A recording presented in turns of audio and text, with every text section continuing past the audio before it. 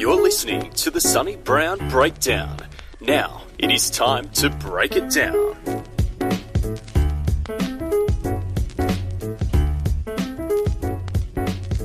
Welcome to episode number 65 of the Sonny Brown Breakdown. I'm your host, Sonny Brown, and in this episode, I talk to Andy from School of Grappling, and we get into the rising trend of the ecological approach in grappling and Jiu-Jitsu coaching, and get rather deep of its implications between the interplay of culture, coaching methods, and individual motivations of everyone. So I hope you enjoy this chat. I have, of course, been super busy, so if you want to reach out, give me some support. Those messages always help. It's sonnybrown@gmail.com, or the Instagram is @SonnyBrownBreakdown. Without further ado, let's go to the podcast.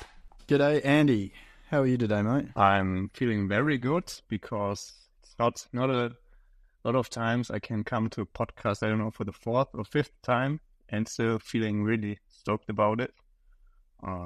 So yeah, how are you doing, man? I since last time, lots of things happened. I think you opened up your own gym. So how are you doing? It's your podcast. People should also kind of know what's with Sonny Brown.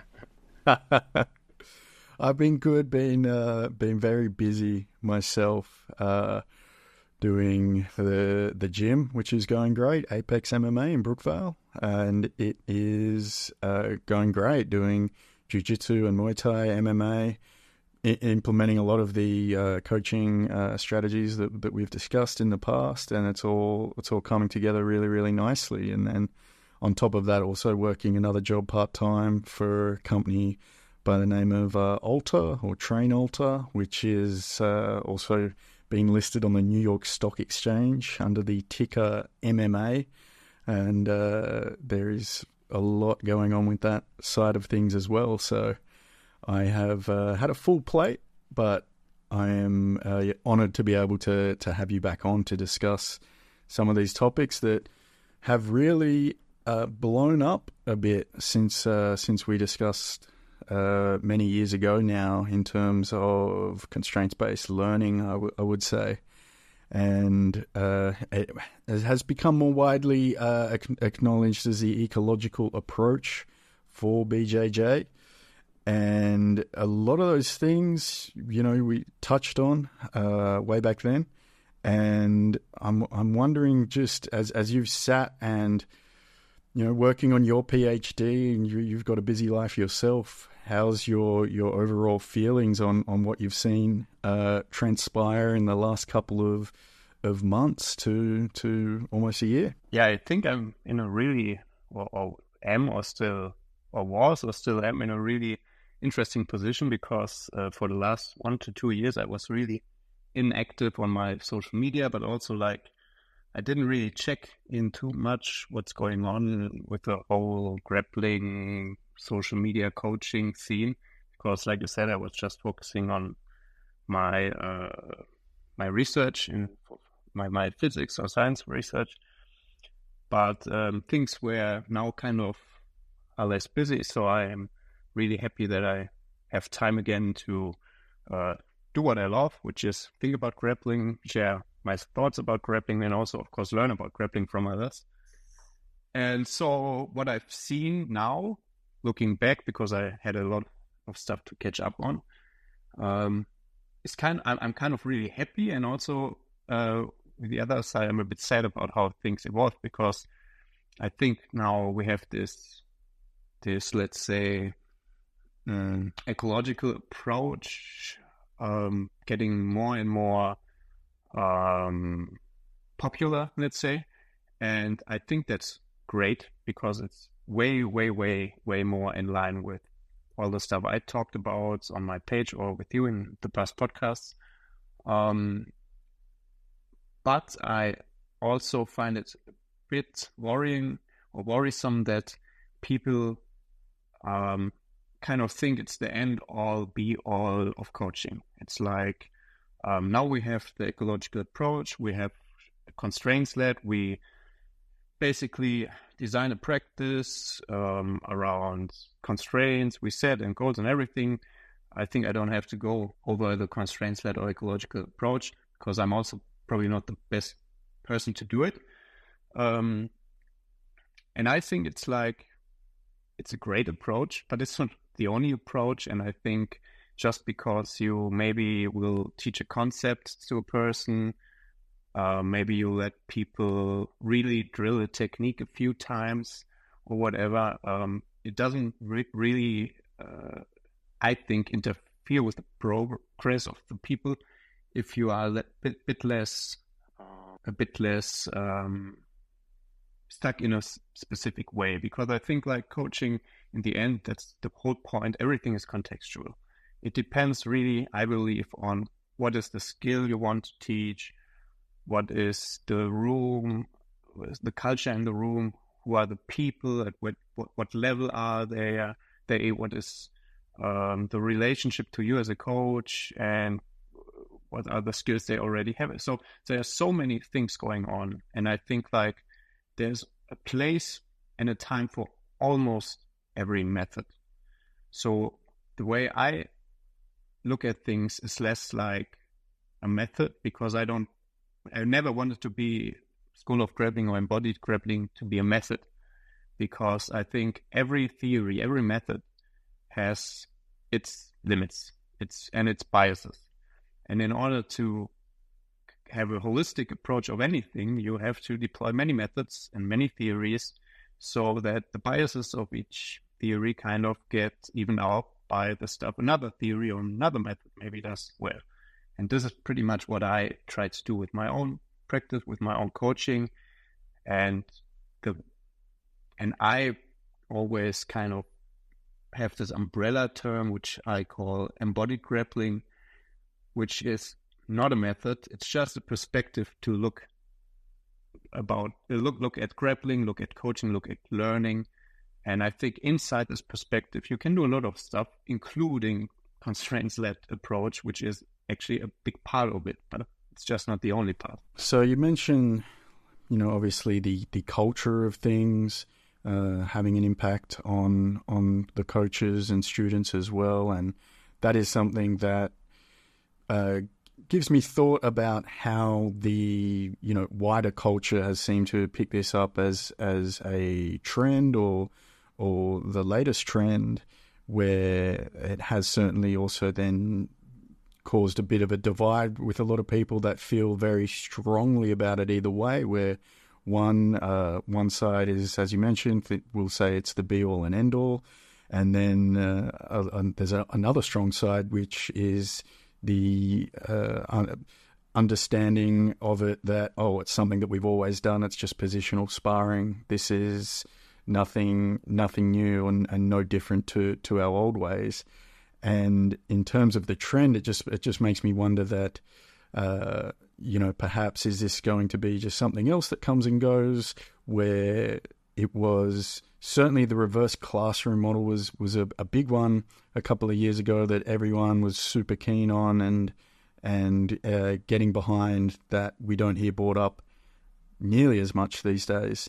And is this just another part of a cultural wave that could fall by the wayside soon as well? Yeah, I mean, I think it's very important for me that I have been reading and using constraints-led approach or the ecological approach for at least 4 years now. And I think I even written posts about it on my Instagram page like 3, 4, 5, I don't remember, years ago. So I was always aware and I always took it and used it. But on purpose, I didn't really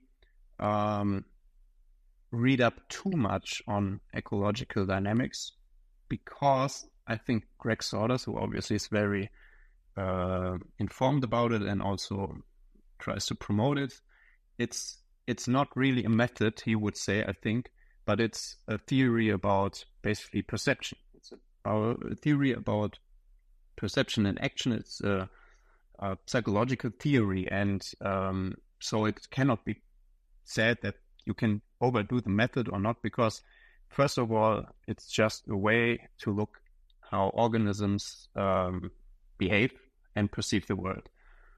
And so I think you could even say, and I think that is also the point of view of Greg, that the ecological dynamics is always going on, no matter what you are doing. You can do drilling, you can teach a specific move by repetition.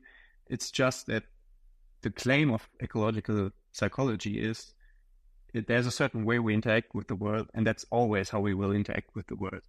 And it's just that I personally believe that's not necessarily the way I view how we interact with the world, because I'm coming more from a cognitive science or more from a phenomenological perspective, which is certain perspective in philosophy. So, but maybe we just focus on all these in-depth ideas about what it actually is ecological dynamics or ecological psychology, and maybe where I disagree from the point of view as a theory about cognition and agency.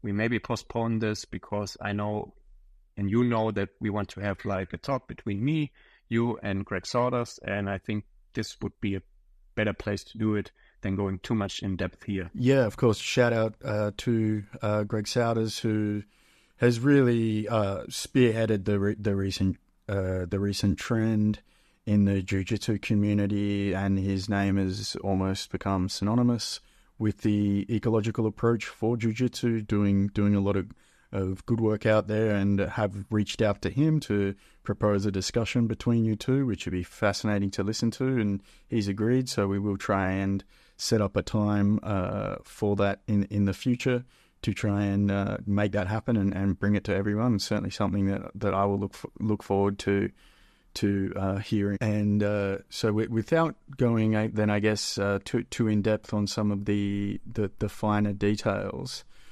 what do you feel that some of the things people are perhaps missing with the recent uptake in it as such? I mean, we can kind of differentiate here between two things. One is like practically the stuff we do on the mat. How does it change if you really believe ecological psychology is the thing or not? And the other way is how we do maybe stuff outside of the gym or outside of training. And so maybe I start with the second part, because it's more like going into the critiques I have about ecological psychology as such, not necessarily as a training method. I think I noticed how I learned when I look back, or still do, that I learned so much about observing others. So I watch tons of YouTube clips of matches, right? I don't really care about all the technique videos where somebody is like explaining and in a very controlled environment showing some idealized moves and forms. I'm not really talking about that. I'm talking about the Olympics. Actually, tomorrow wrestling will start in the Olympics as we record this, and I will watch wrestling. And I always felt like I learned so much about observing people in these scenarios who are really good at it.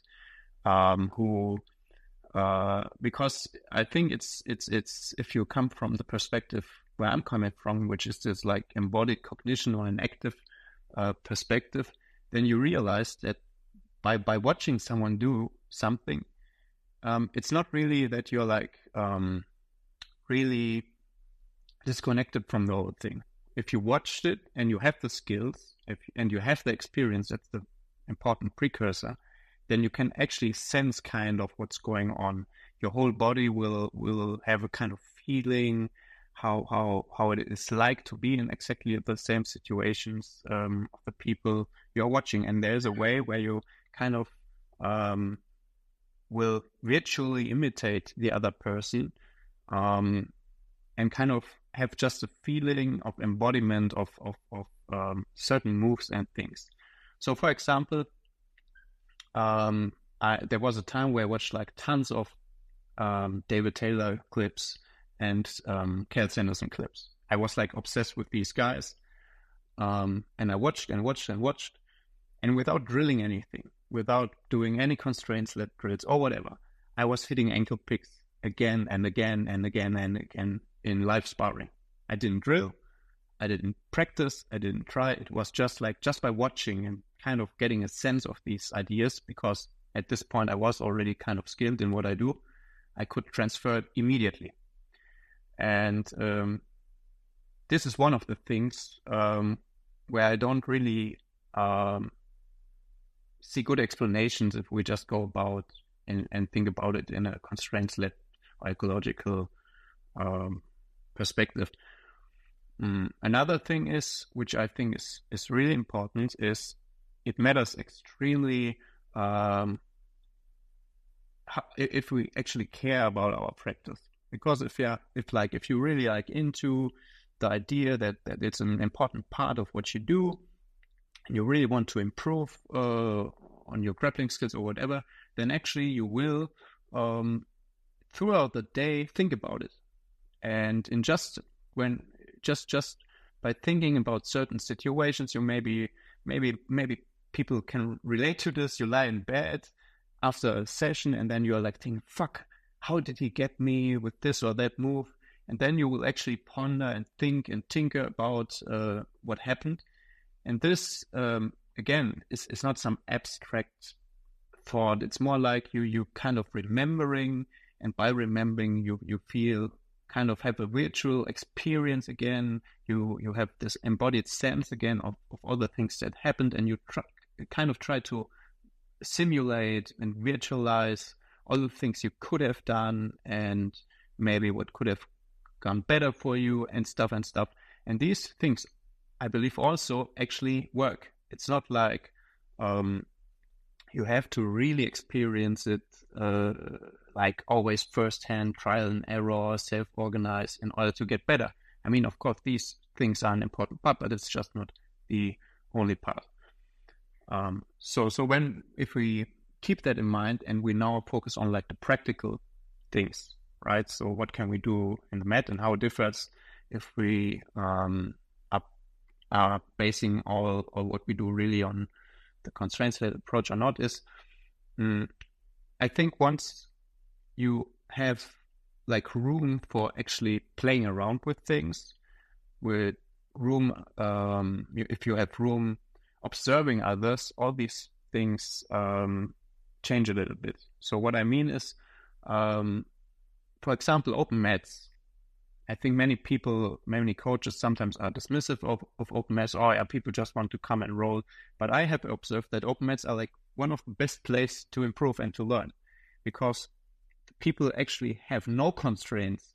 They will actually engage in tasks that they seem are very relevant to what they do. Maybe they have certain interests or problems, and they will kind of try to figure it out. And oftentimes they will talk with each other. They maybe show each other stuff. And again, this is like they are literally showing each other moves. And maybe then they will observe others and take a round off and just look at what maybe another person will do in a similar situation.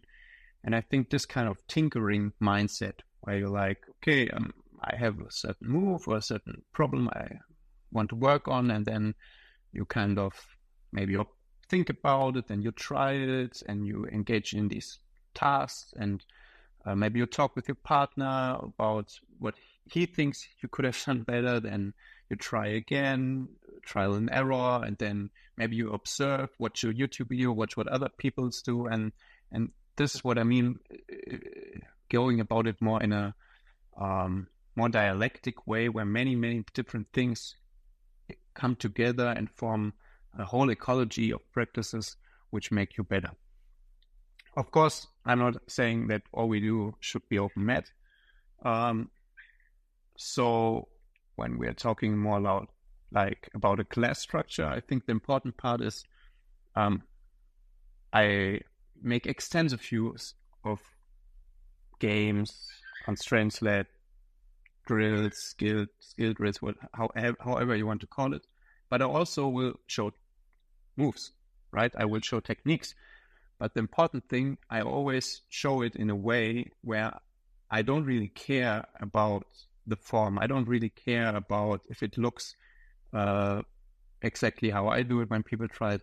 But I always try to kind of show a certain concept or certain idea. For example, I might show a DAS, an anaconda, a triangle choke, arm triangle, and so on and so on. And I will, by explaining and by showing, I will focus on making sure I tell people not how they should move, but what are the goals they want to achieve, what are like the effects we are looking for, what are the mechanics, and then maybe we can make a sense of all it and see that all these moves basically bring about the same effects.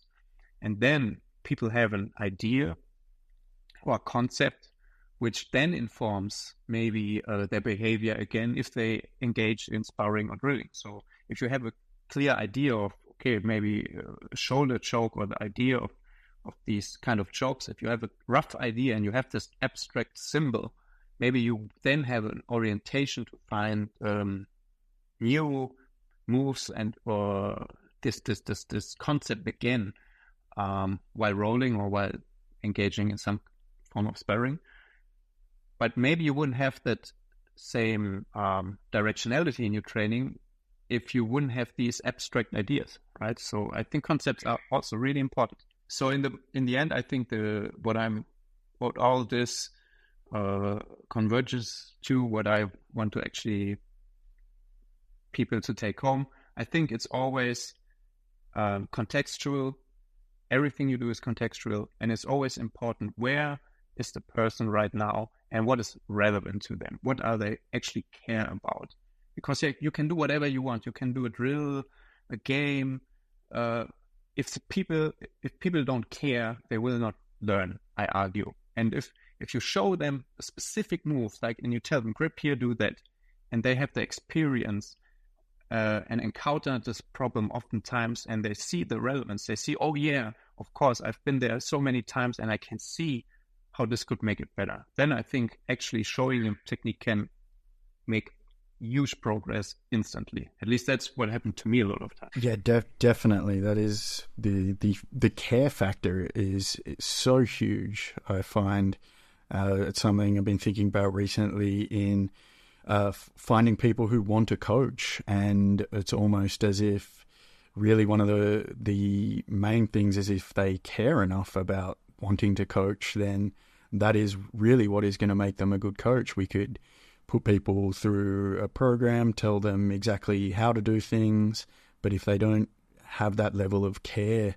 behind it, then it will never get to the same place of someone who has that level of care. So I think what that can relate into, like what you mentioned too with open mats, is I always joke, because a lot of people will say they want open mats and more open mats, and open mats are great because we have a great time at open mats.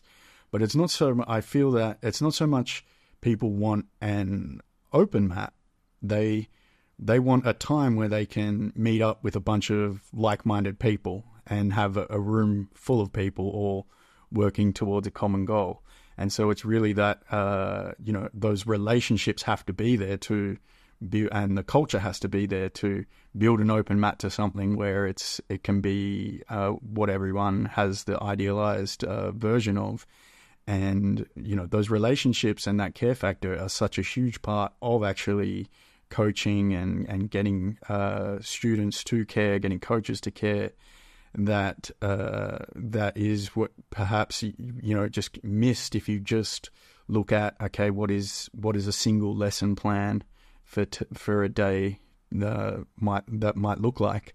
It really has to be, okay, why will the coach who's teaching this lesson plan care about it, and why are the students going to care about it as well, and how are those relationships going to be forged that everyone cares about everyone else's goals? Yeah, exactly. And I think it's also people care about different things, right?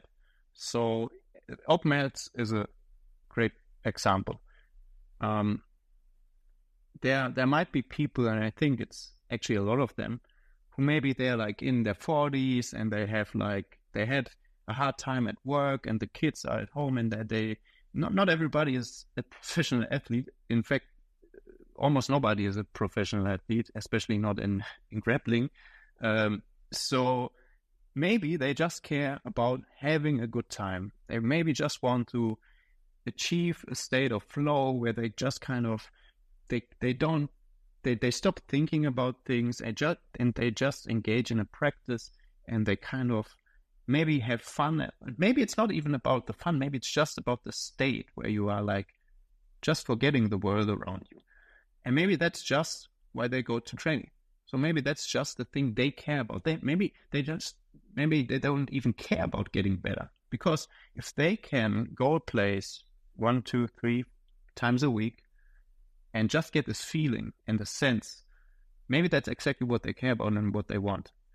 So obviously, if now you have a practice where you just sit them there and you tell them for 1 hour, do this, do that, grip here, repeat this, then of course they will prefer open mats, because of course they will prefer the half an hour of rolling afterwards, because maybe that's the whole motivation they have to even come.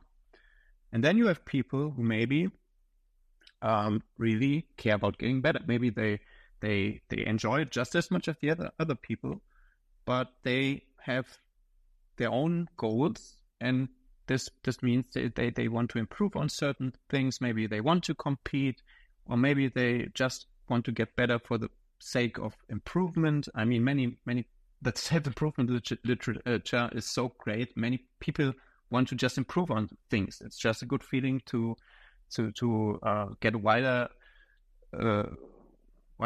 repertoire of skills or improve skills you already have. So it's just also enjoyable. But the point is, everybody inhabits the world a little bit differently.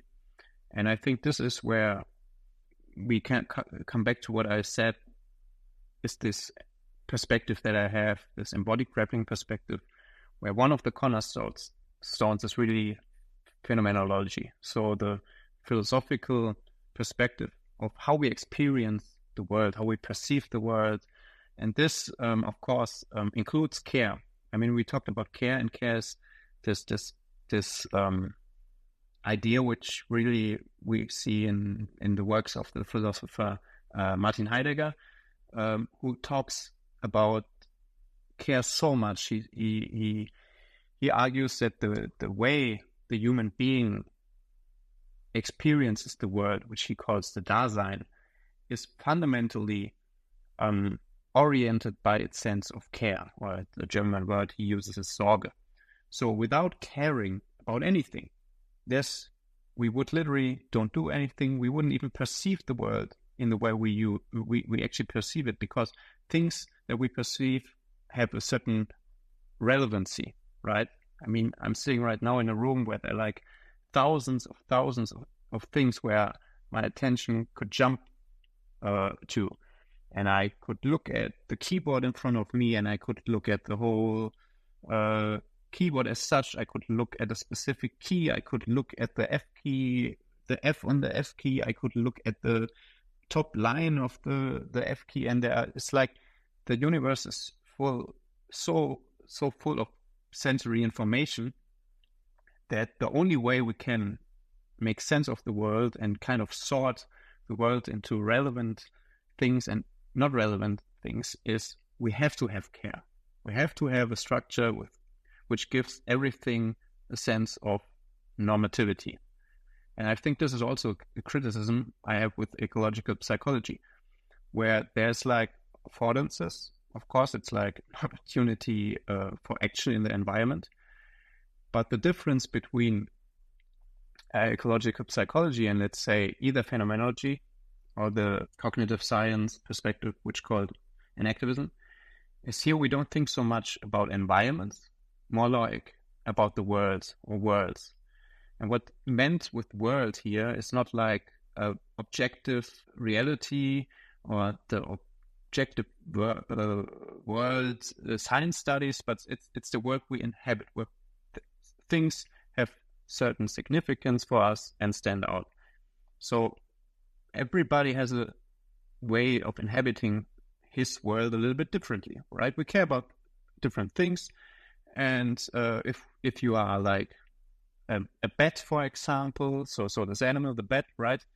You also care about things and you also see the world in a certain way, but it's probably and very, very probably not the way you or I see the world or engage in the world. And there's also the reason why I talked about the bat is because there's this very famous paper by the philosopher Thomas Nagel, which is called What It's Like to Be a Bat. And he argues that we'll never know what it's like to be a bat, but we can be for certain that there is a way of experiencing the world as a bat. And I think this is important, that everybody is experiencing the world, and we maybe not really able to really get always an idea or the view of the other person, maybe the student. But we always have to keep in mind that there is a way the student now sees the world, and it's different from my world, and it's different how I learned, how I care about things.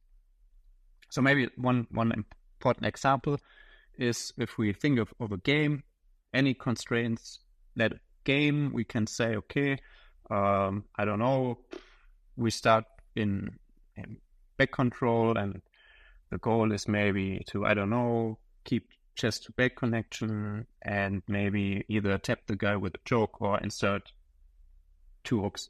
If that's the goal and the person is right now caring about improvement, he will learn and he will do a good job.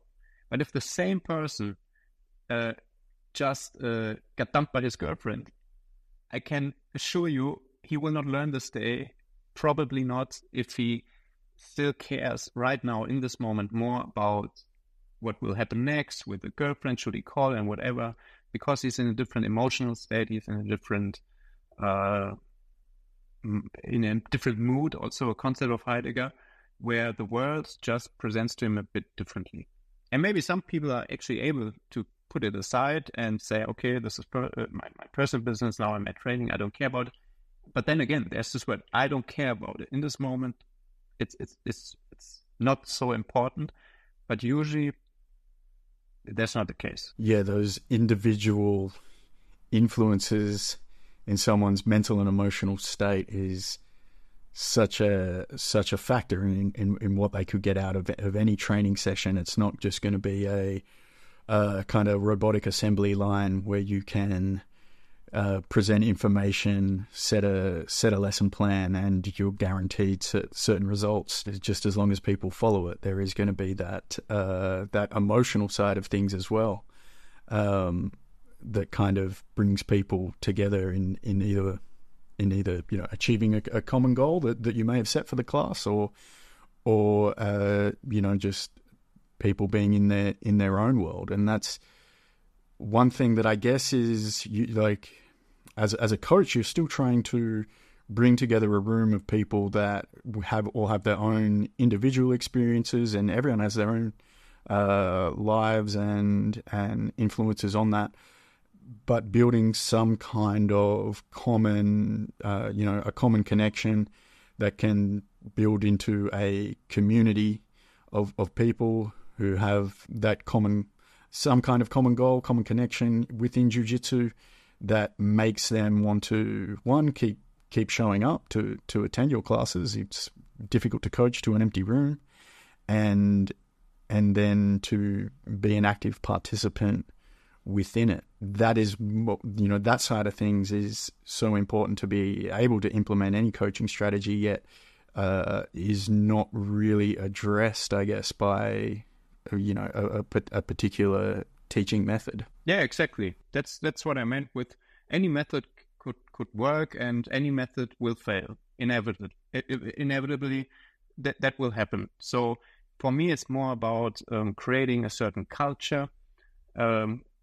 So you create an environment, and with environment, I don't necessarily mean like just in ecological sense, but also in a cultural and social way. It's like You want to have a certain way of your gym, a certain feeling, a certain atmosphere where people, like you said, want to come and they want to improve and they help each other and they have some freedom, but also some guidance, and where all these things kind of come together. And also as a coach, we cannot really pre-plan it, right? And it's like I'm struggling with it too. It's not like I have the recipe. I never claim that I have the recipe and I don't have them. Always struggling with the idea. How can I create this environment, this culture where people come, people learn, and where we have many different ways? Because in the end, people are very individual. And I argue it's not really that clear that there is a perfect method, because maybe one method is better for another person, where they are right now, and for another person it's another thing. Also the skills, maybe whenever you train some skills, maybe one person has very needs in learning some other skills than the other person. So in a way, you always have the scaling problem if you are a coach, that you kind of have to accept that every practice design, maybe I don't know, is also is always a compromise. A compromise. It's like you cannot design a perfect practice for every person in the room. It's like you have to gauge what will you do, which probably helps most people where they are right now. And so, especially at my club, where we don't have really expert training, beginners training, we have like this really heterogeneous group of people. I always struggle with exactly this thing. It's like many different people need many different skills to work on.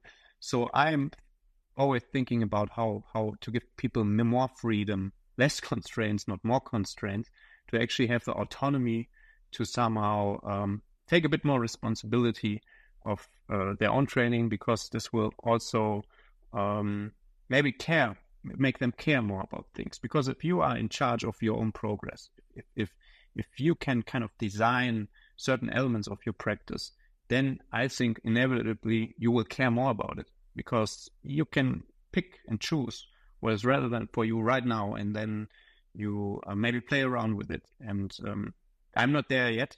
I'm 100% not claiming that I'm there yet, because that's more like my goal. That's where this perspective is heading, where I want to be maybe in a few months or years or decades, who knows? Yeah, the way that it can be set up individually like that just poses a lot of challenges for the majority of coaches within this sport, where it's not it's not an Olympic sport where a team is selected and a singular focus goal to be the best in the world, and can be run as a professional team with everyone's eyes on a single gold medal. It is, for the majority of people, it is run as individual clubs associated with affiliations. For many, there's a few clubs that will be more directed towards a competition route. There will be some who will be directed, towards your IBJJF Worlds or ADCC, whatever it may be, within those individual clubs and affiliations. But it's still, the vast majority is ground roots martial artists to start off with. And when people walk through the door, they have many motivations as to why they would start. Fitness, self-defense, can be the sports side of things, can be the competition side of things, but it's also another one is they've just heard about it and they want something to do as a hobby.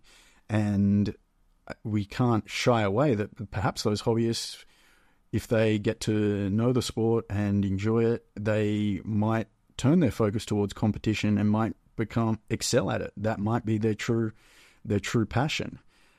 So I look at it as a way, when people first start training, is my job is to actually show them why they should care about jiu-jitsu or martial arts, or why this is going to be something that is going to be beneficial for them to train. And the initial role of a coach to, as someone walks in, is to explain and show and let people discover the reasons to care about turning up again the next day, and not to go and do one of the many other options they have to do in the world. Yeah, I mean, exactly. And I think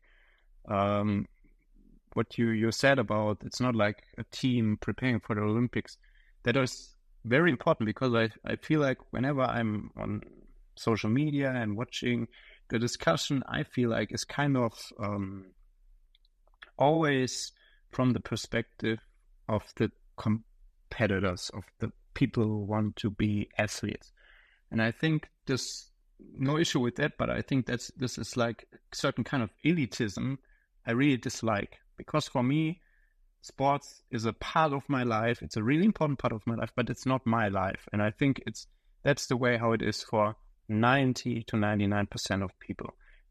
Most people, if you want to have a balanced life, your life has many dimensions.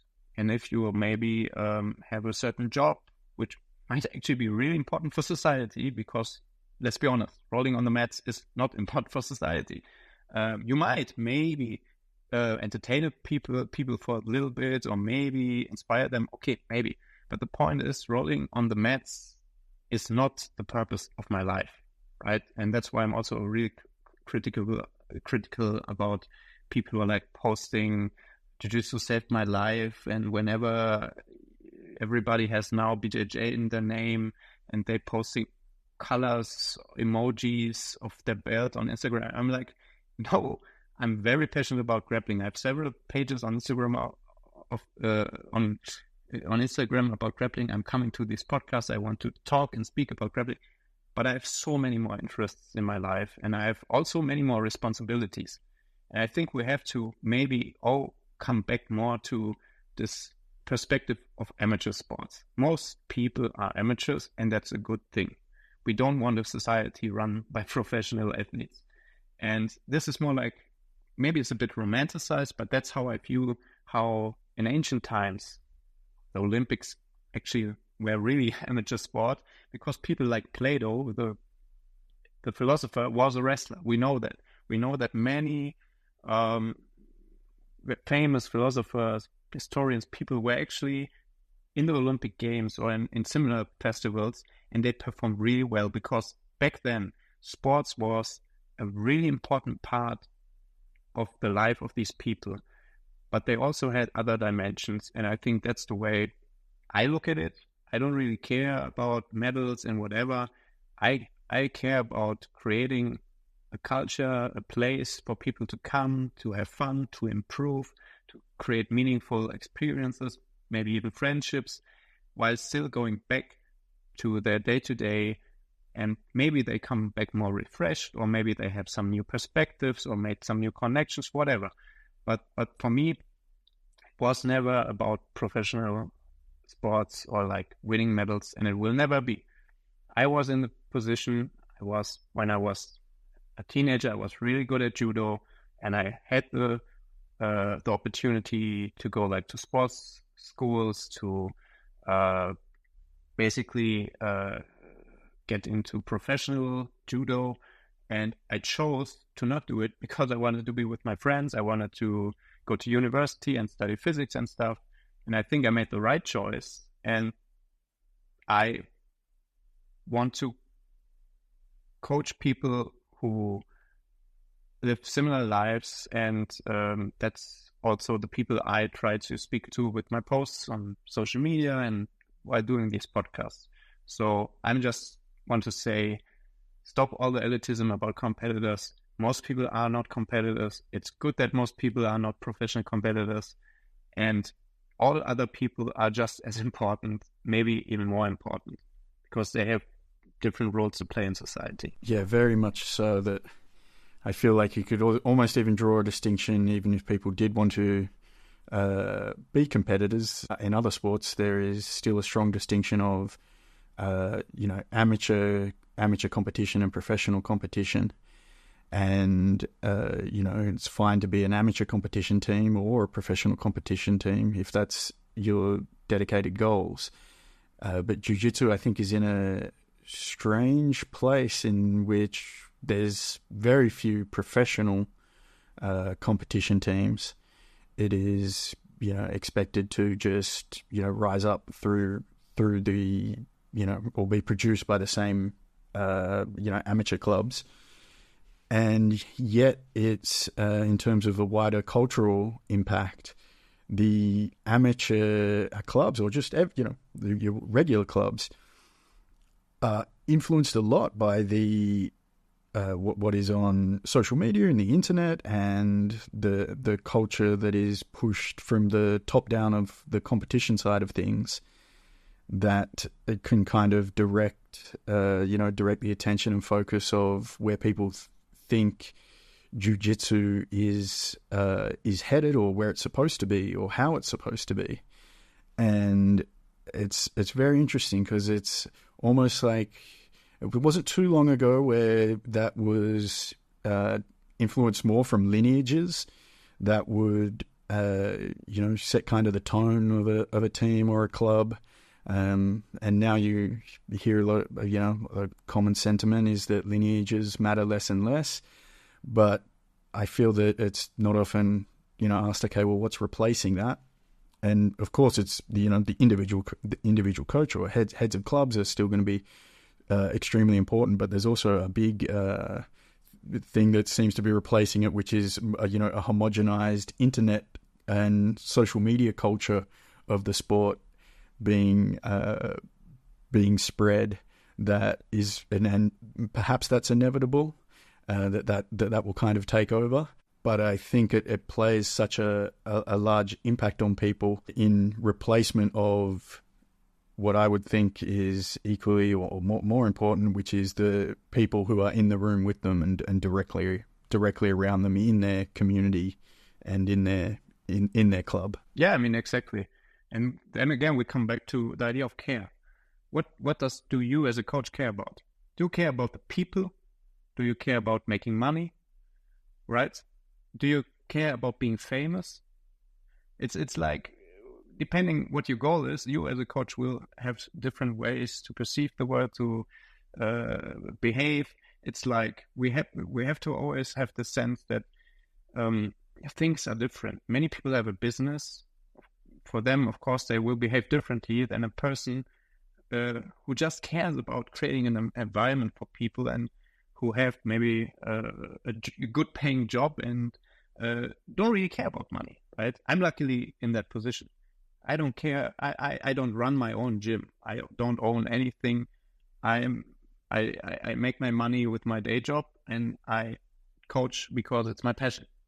And it's the same with Instagram. I don't have like a newsletter where people want me to pay. I don't have instructionals and whatever. It's, of course, yeah, I'm writing a book. That's true. But I want to write the book not necessarily to make money, but to just give all my ideas a certain structure, and to also to make sure it's just out there, right? It's more like a personal project. I always wanted to write a book. And yes, I will not give it away for free, because I mean, it's also a lot of work, and I think it's fair if people do enjoy my work that they show some kind of support. But all these ideas, or what we care about, is really important from also the perspective of the coach, not just the athlete, right? Yeah, and the intersection of the business side of things is probably another topic, because it's also, if you want to be a good coach, yeah, you've got to have people showing up. You also have to, someone has to keep the lights on and keep a building running and keep people coming in the door. Otherwise, you can be the best coach in the world, but if there's no one in the room, then you won't be able to put those skills to use. And I think that's probably, there might be those people out there who don't have the opportunity to put those skills to use. and that's a shame if that is the case. Of course, that can be taken too far to one extremes where it's motivated solely by money, and perhaps if that's the only care, then what I find the beautiful things of the sport and the culture can be put by the wayside. But there is that balance that needs to be struck there, and it's made incredibly difficult in martial arts in that there's very few people who can make a decent living out of it through competitions. And I mean, even even if we look at the Olympics that are going on now, an Olympic gold medal isn't necessarily going to fix everything that's going on and in some people's lives and allow them to care about things outside of the sport as well. Yeah, exactly. And like, again, it's like people compete for different reasons, and money might be important for some people. Others just do it because, again, they want the personal growth. Others maybe have like really spiritual reasons. They think it's their calling, whatever. But you see, that's how we are coming back again and again about this care structure. And I think it's just something real. Maybe don't have much influence on the mats. Maybe this is the things I'm trying to figure out. But we have to talk about it. That we cannot just have a certain practice and think that we will have certain outcomes. Maybe statistically speaking, if we go with 100 people, maybe yes, I don't know. But the point is, also what you do as a student, as an athlete, cannot be giving up your responsibility to your coach. That is something I always believed, and I still do. Coaching is really one of my passions, but I always told myself that at best, at my whole maximum, I can do 49% of can take credit for 49%. Maybe that's way too much, but the whole point is 51% at least, so more than the half always is the athlete, is the student. If you take responsibility of your training, if you care, if you observe keenly, if you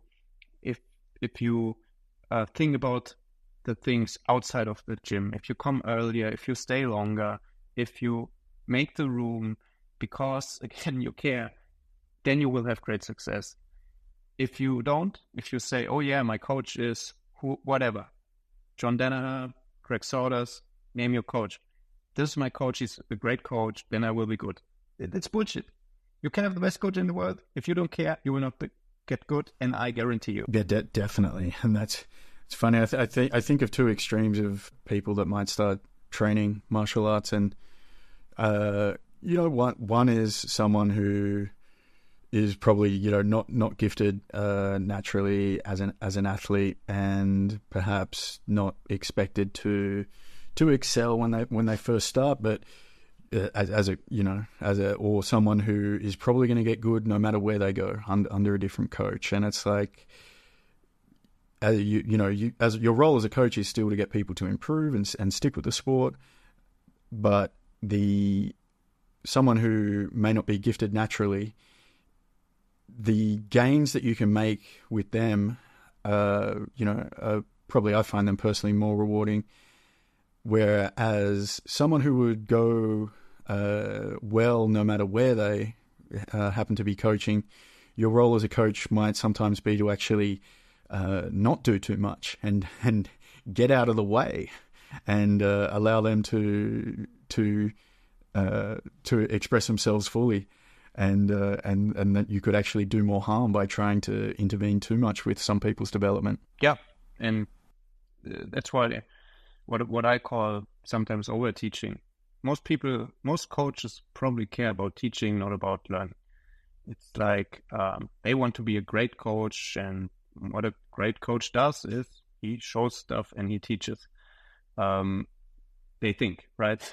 But like you said, oftentimes it's you have to create room and a space and a place for people to figure stuff out for themselves, right? Give people more autonomy. How you do that in a class structure, I trying to figure out right now how to do it more. But I think that's an important perspective that we all always have in mind, that it's not necessarily about how much we teach.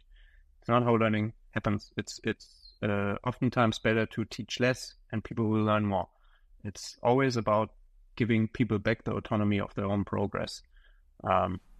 Yeah, one of the so when I was starting out as a PE teacher, one of the black belts at my gym, who was also been a teacher, school teacher for many years, gave me a piece of advice, which was basically, you know, all the theory and teaching practices, they're all great, but at the end of the day, there's only two things that really matter.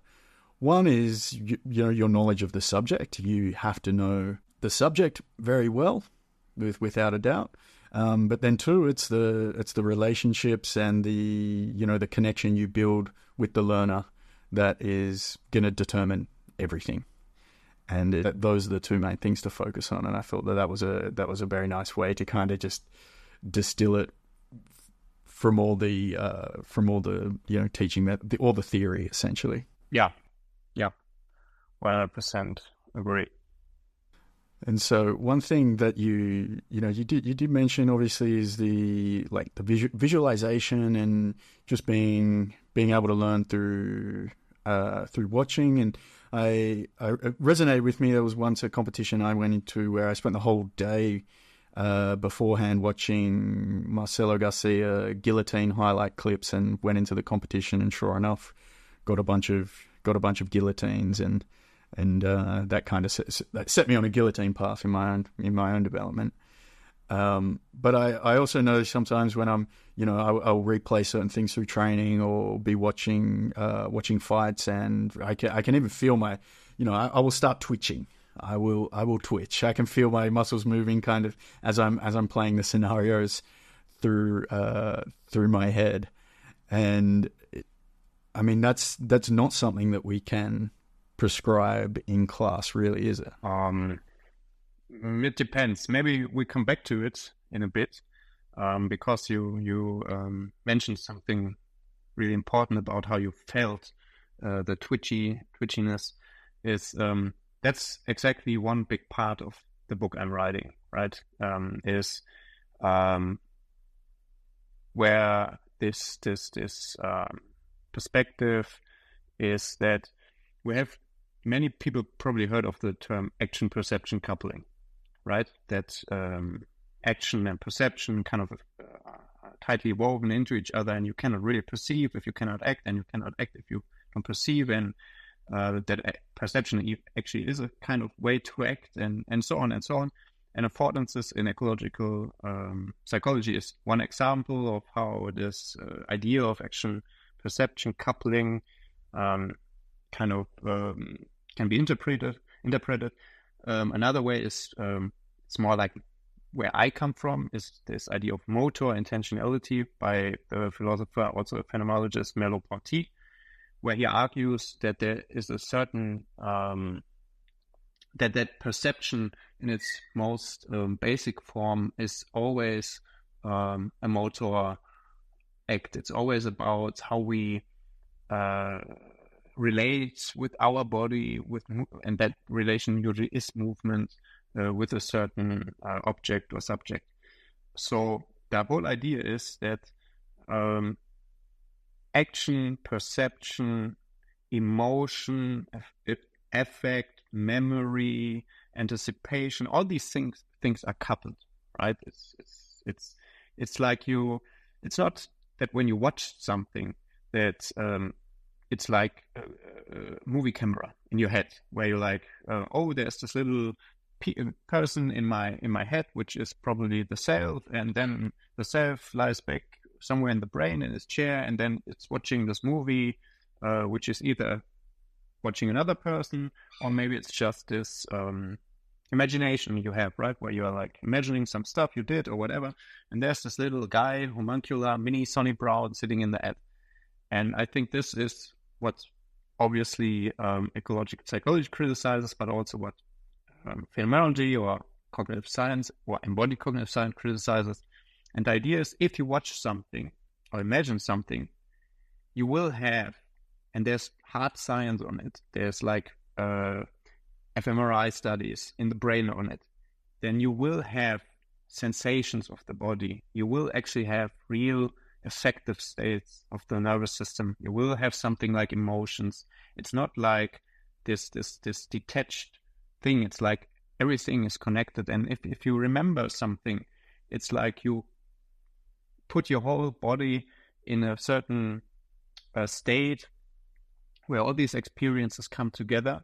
And also it's not like a certain memory that is located somewhere in a module in your brain, because we know that memory or remembering is dynamic. It changes. If I ask you now how you remember something and I ask you in 5 years, it will not be the same. You will give me another explanation, because it's a dynamic act where everything is connected and coupled.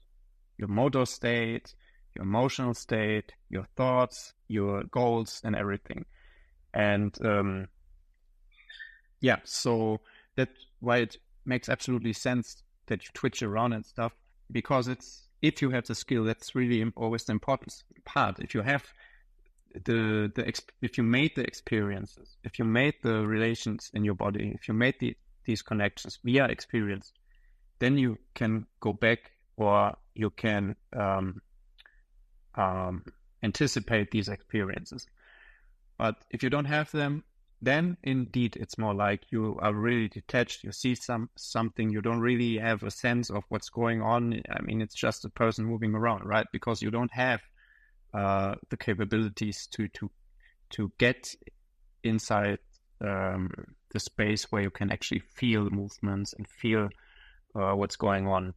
So I think you asked how we can have this in practice, right? Like this sensation.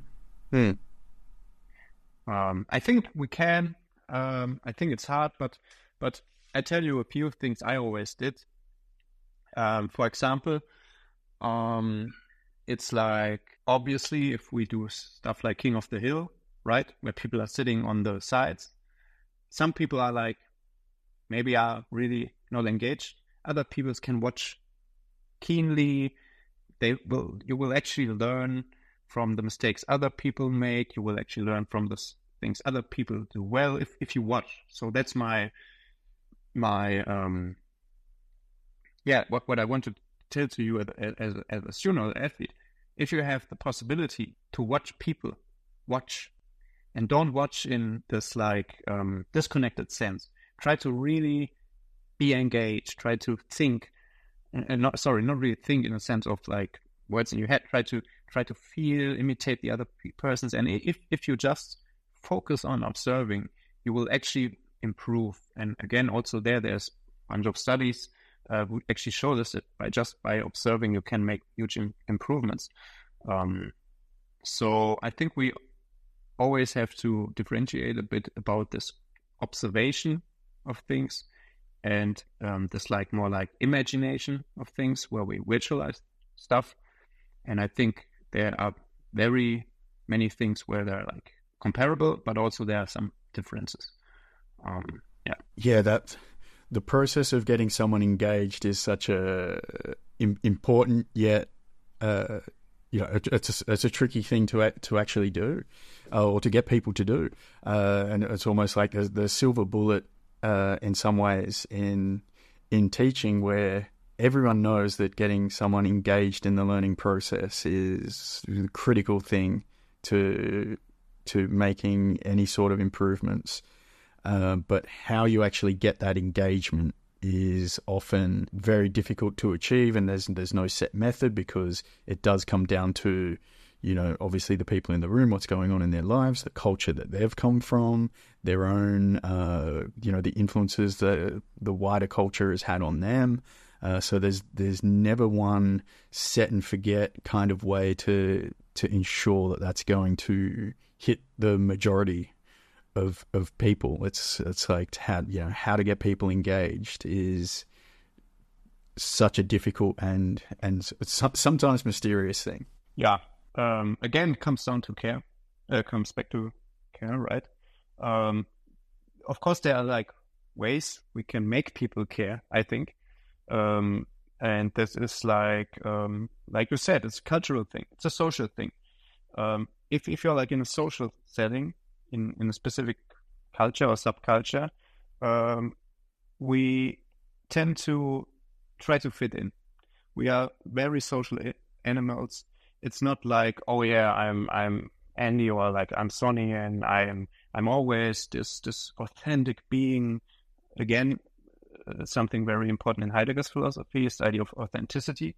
It's like most of the times we are not this super self-individuated, authentic person, but we are like embedded in a social and cultural context, and we want to fit in, and we do what others do in many, many ways. I'm not saying that it's good or it's bad. I think it's just the reality, right? You don't go to work in your pajamas. Why? Because it's not culturally and socially appropriate. So you kind of have to give up a little bit of yourself. And it's the things I think about a lot, but I think we often don't think about it if we think about coaching or sports and practice, because there are like many customs in a practice or in a room, because there are like obvious customs, right? There's like rules. There's like literally rules. You cannot punch somebody if you are doing grappling. Then there are like oftentimes more like implicit social customs, right? So some rooms are rough, where like it's absolutely okay to crossfade somebody like mad, to do neck cranks, to cover mouths and smother, to do mother milks, and to twist things in certain directions, where in other rooms it's like, no. There are certain gentlemen's agreements. We want to have fun. We don't want to hurt each other. And I'm not saying that one room is better or worse than the other. I'm just saying each room has a certain culture and a certain social aspect. And I think we have to be aware of this dimension. And I often talked about it on my Instagram stories, where I said that in ecological dynamics, you also have niche construction. If we want to talk about ecology, we have to talk about niches, because just as the environment is shaping the organism is always also shaping the environment. So beavers are a great example, right? Beavers build dams, and dams change the environment, and then again there's this like feedback loop and a reconstitution of agent and environment. It's the same in a gym. If you have like the same practice where, let's say the game is, one person is trying to pin the other person while the other person is on the floor. Maybe one practice is more like Jiu-Jitsu minded, and it's a Jiu-Jitsu gym, and they go to IBJJF competitions, and people will play guard, and they will focus on guard recovery, and people will get better and better at passing, and consequently people will get better at guard retention. So there's this feedback loop going on where we have a niche that just got constructed and is self-organizing and auto-regulating in a continuous way. And then we have exactly the same drill, but it's an MMA gym where maybe the guy who started the gym was a college wrestler.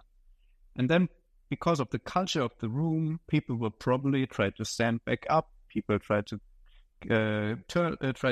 focus more on turtling, quad porting, maybe getting to single legs and whatever.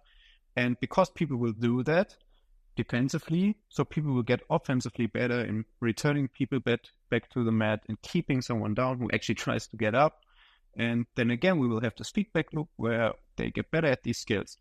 And then we have the same constraints, lab practice, same game, but behaviors will emerge differently because we have a different culture in the gym. And I think this is something that will always happen. because people will always observe each other and people will always imitate each other because, like I said, it's a social setting and we are social animals. Of course, I'm not saying all we do is imitating, right? I'm saying, of course, we always have this urge to be a individual. I'm not saying we want to be all the same.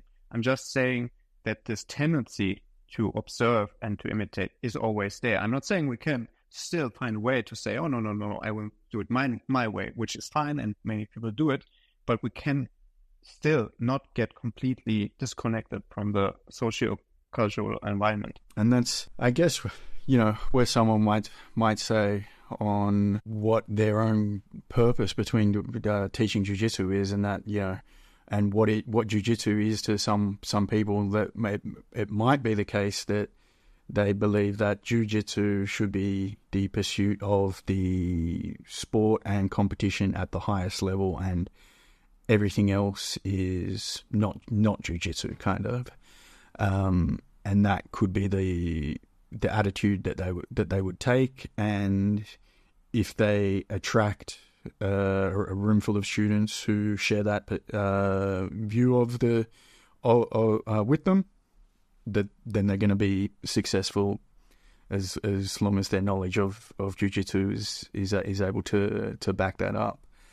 But I guess it's kind of then as a coach, knowing what it is that you do believe, and then having faith and sticking behind it as the form of jiu-jitsu that you're teaching, and allowing people who share that view to gravitate towards you, and without, I guess, kind of watering it down or diluting it. Yeah, and I mean,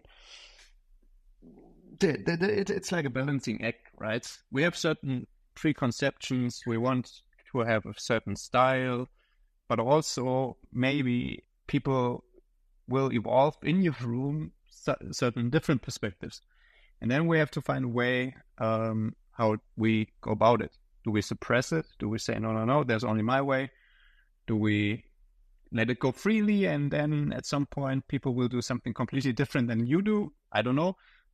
So I'm not saying one is better or worse than the other. I'm probably somewhere in between. I don't want to suppress every position or every, let's say, cultural trend going on, but I also don't want to go too far from my roots. I mean, I always talk about it very openly.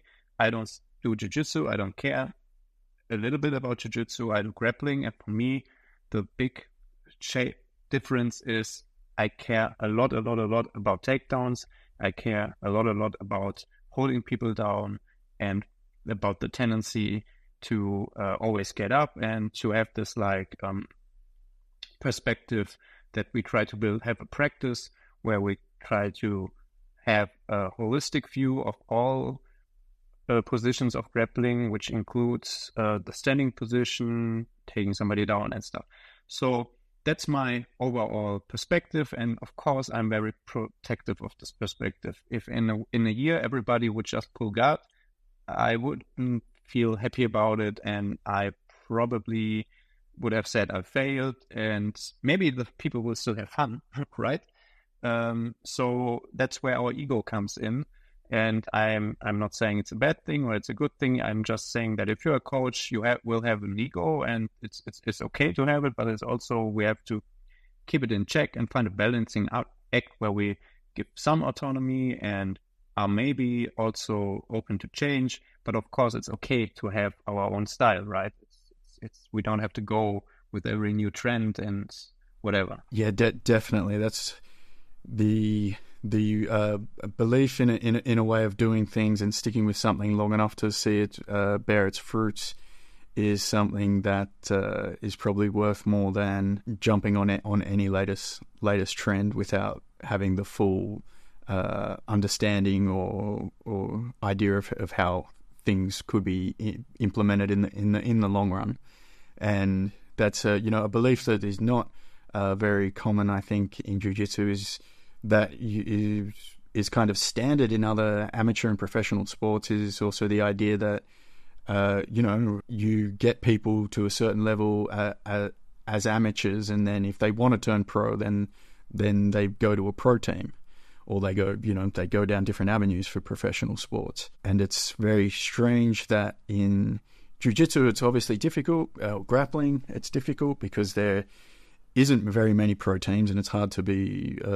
You can perhaps argue that you can have a professional mindset, which I'd certainly say that some people will have, but to make a living off the sport is very difficult simply as a competitor. So that's that kind of drives a wedge, but yet the professionals on the sport have such an impact on how things are taken, are kind of perceived at an amateur level, that I don't really see in other sports, where it would be so bizarre to see a professional rugby player talk, incredibly ill of how things are run at your local club level of rugby. That it almost seems absurd to think about it. They would never concern themselves with it, but it's one of the things in jiu-jitsu where it's what's seen in the pro rooms is kind of expected to be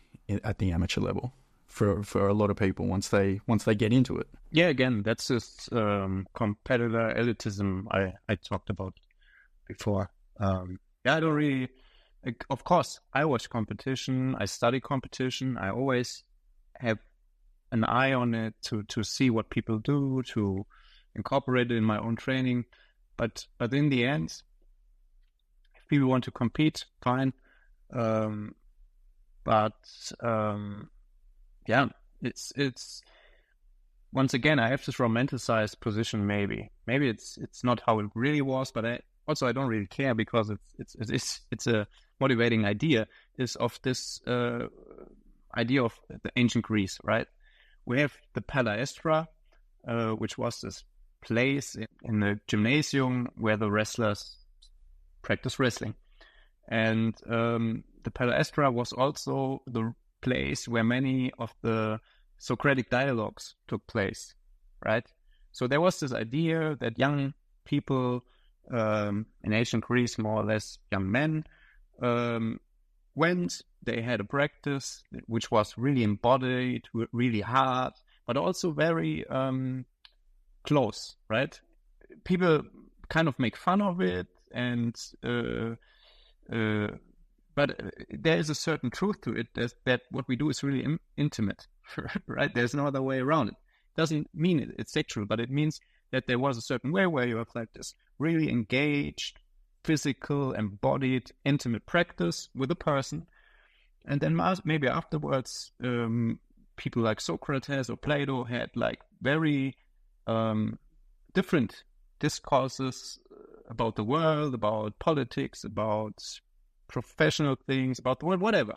But there was always this kind of connection, and it was never about, oh, we do this to win medals. It's more like it was, again, a social event, and a social event with the purpose of individual and societal growth, where we kind of connect to one of the podcasts we did about judo, right? Where I talked about that the idea of judo was never to make it a competitive sport, to make it a self-defense system. The whole idea of judo, which makes it the way and not like a collection of techniques, right? The Dao, the way, roughly translated, is the idea was to have a practice which is physical practice, also personal practice, but also social practice.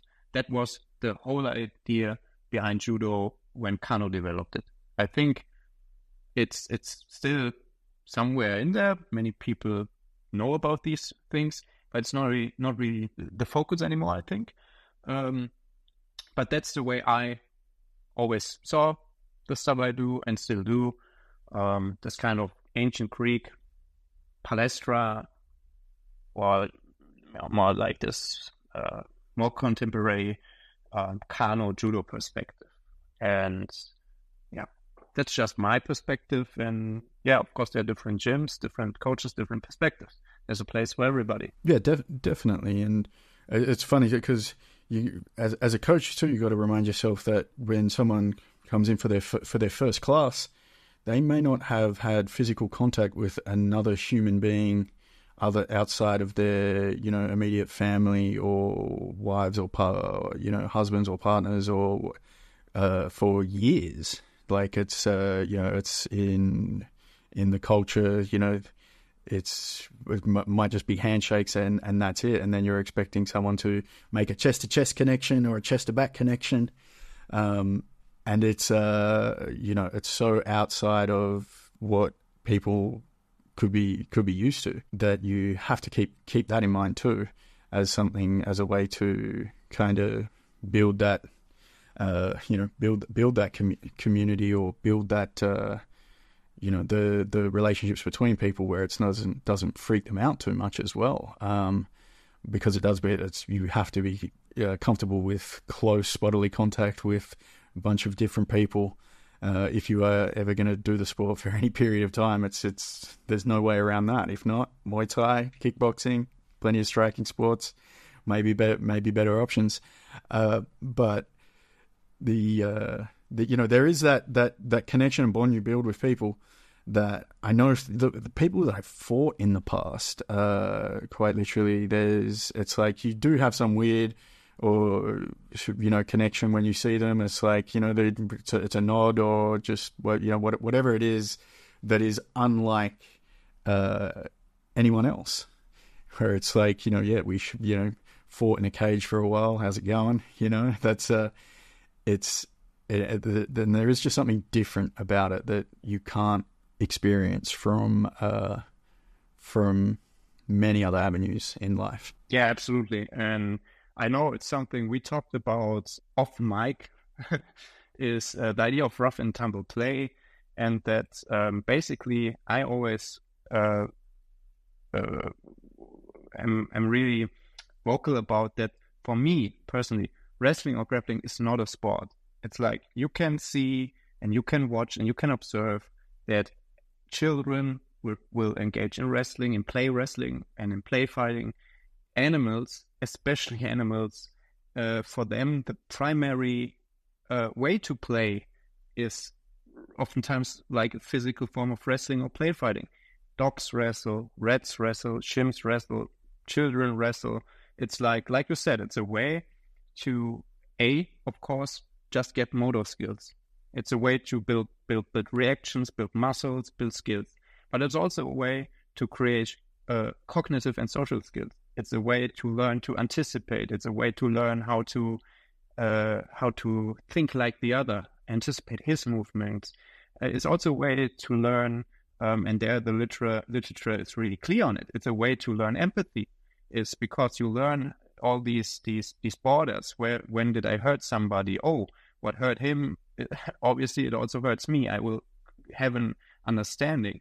And just like I always watch how children learn, I always also watch how animals learn. And because there's always a reason why children or animals do something. And again, this is where I see are the roots of grappling and wrestling. It's the roots, and whenever we make this system where we have like sports and competition and medals, it was also not even, because that's also what some people say, preparation for warfare, right? That you have like a physical practice for warfare. That's also not true, because again, animals and young children will engage in grappling and wrestling. They will have an instinct and an urge to do it. And that's why I think there's this great potential. And I really, really, really hope, it's one of my dreams, that we will actually fulfill this potential. That there's an instinct in every person on this planet to grapple and to wrestle. And I think if we can that's my vision, get grappling or wrestling back into the public sphere, where it's just like normal, that in a preschool or in a kindergarten, kids wrestle, and where it's like, oh yeah, it's an important part for their cognitive and social development, where fathers will grapple and wrestle with their children to engage in a meaningful and intimate practice, where all parties learn to engage with the other, to make sense in a participatory way. And I think this is like the big picture where I see grappling, where I want to see it going. Like I said, I think I said it like a lot of times in this podcast. I don't care about competition and about medals. I think it's a part of grappling, and it's a part I enjoy, but it's not, for me, the most meaningful element of grappling at all. It's the intimacy and the relationships. Yeah, I think that's a great vision, and a noble vision, certainly. And it makes me think that, I mentioned before that, in other sports, the goal of amateur clubs is, perhaps to set people up to go to professional clubs if they want to pursue that career. And, that's the majority of coaches would be amateur coaches. That's just the nature of things. And the majority of clubs, amateur clubs, that's just the nature of things. And, perhaps one way, alternative way to look at it is, one, you could be setting people up to pursue professional careers within the sport, but you could also just be using your practice to set people up to take other parts of their lives more professionally as well, or to excel at other parts. And that's where you're trying to build people up to, and that's a unique skill that grappling with its roots back into animals, as you mentioned, could have that benefit. Yes. I mean, for example, you talked before about watching beginners come into class and they never had body contact. Yes, and I also think that many people, sadly, or maybe not so sadly, depends on the perspective, didn't do anything hard in their lives before they come. I mean, really physically hard. It's like I live for these experiences where young people come, maybe in their 20s or late teens, and they come to the gym, and you can just see they are really insecure. They are insecure in the sense that they don't know how to engage in another person's body, how to grip, how to behave, what's right, what's wrong. They're also really insecure about themselves, how do I look, and whatever, and blah, blah, blah. And there's all these things going on. And then after a while, where you can see that people get integrated into the practice, and they kind of get a new feeling of not only their own body, but also the body of another person, and they have a new way to engage with the person in this physical dimension, which I think is very lacking in our society. And also then, if they will get into positions in grappling or jiu-jitsu or wrestling or whatever, that are so incredibly hard on the body and mentally, and they are just tough, right? And I have joy watching people, especially beginners, in these positions and not giving up and just finding a way out of it. And also having this experience of failure. I always believe failure is the most important part of any practice, not only for learning skills, but also for learning how to deal with failure, right? To get back at it, and to then, for the people who stay, they will inevitably, we all know, they will see improvement, and they will have the sense of, oh, I can do tough things. And maybe, hopefully, we can always hope, we cannot guarantee it, but we can hope that they will take these experiences and put it into their day-to-day life. And that's what I live for. I don't want to have people who learn tough things on the mat and then they are like a wuss outside, right? So hopefully, without thinking that we become spiritual teachers or psychologists, I'm really, really always careful. And I think we talked about it also at the judo episode we did. It's not about that we become a spiritual teacher, that we become a psychologist. We have trust in the practice. We say we do our sports in a way where we hope that it will have positive effects on your life.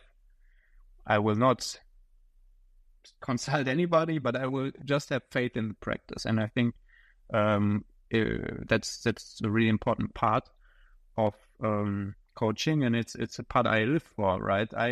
If I will only coach a professional sports team where I have people who are the best of the best, and the goal is to engineer and to optimize people who have already learned so much.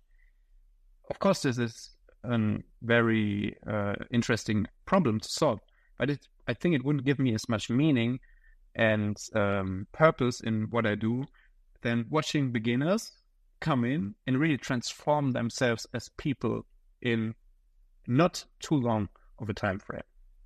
And I think that's also how many coaches experience it. Yeah, I think it's almost a universal experience that that people will, or coaches find that rewarding, or the process of people just developing from doing the sport. It makes me think of there was a meme I saw this week. It was of Mark Zuckerberg, and you look at it was like picture of Mark Zuckerberg three or 4 or 5 years ago, whenever it was, looking, I guess, like a reptilian android robot, and now a picture of him recently, and and it's after training, after getting his blue belt kind of thing, or after he's gone down his ventures into MMA, and you can just see this dramatic change in him.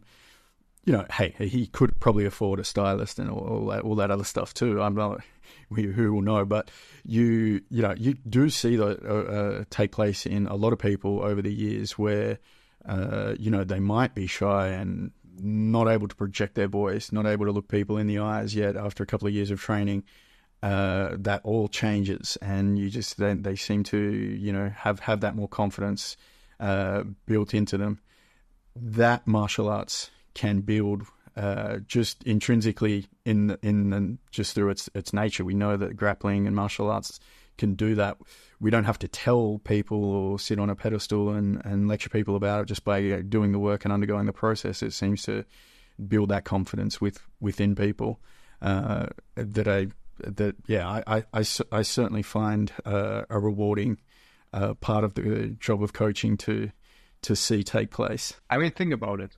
In most gyms, we have young people, we have old people. We have maybe a few more guys than girls in most gyms, but we have guys and we have girls. We have rich people, we have poor people, we have big people, we have little people. We have people of different descent. We have people of different religions. We have people of different political perspectives. And the point is, all these come together in a certain communion and share something. And I think that's a great thing, but also, as we all know, there's also a very dangerous thing. Because for many people, Jiu-Jitsu or their sport becomes their new religion, right? It's like culty behaviors emerge because of this great communion.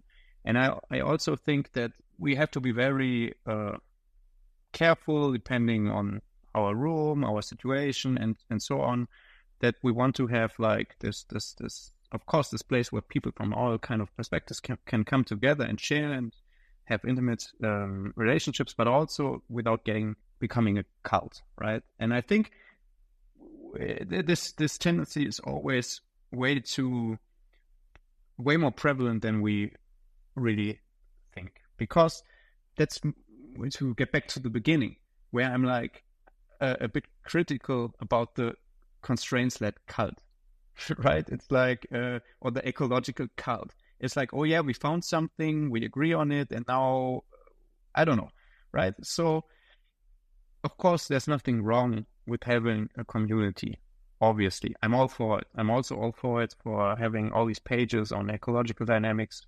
Great. But I just hope that people will not become too zealous about anything, because I see myself as a person, I'm always skeptical about most things, also about the things I do. I try to be, at least.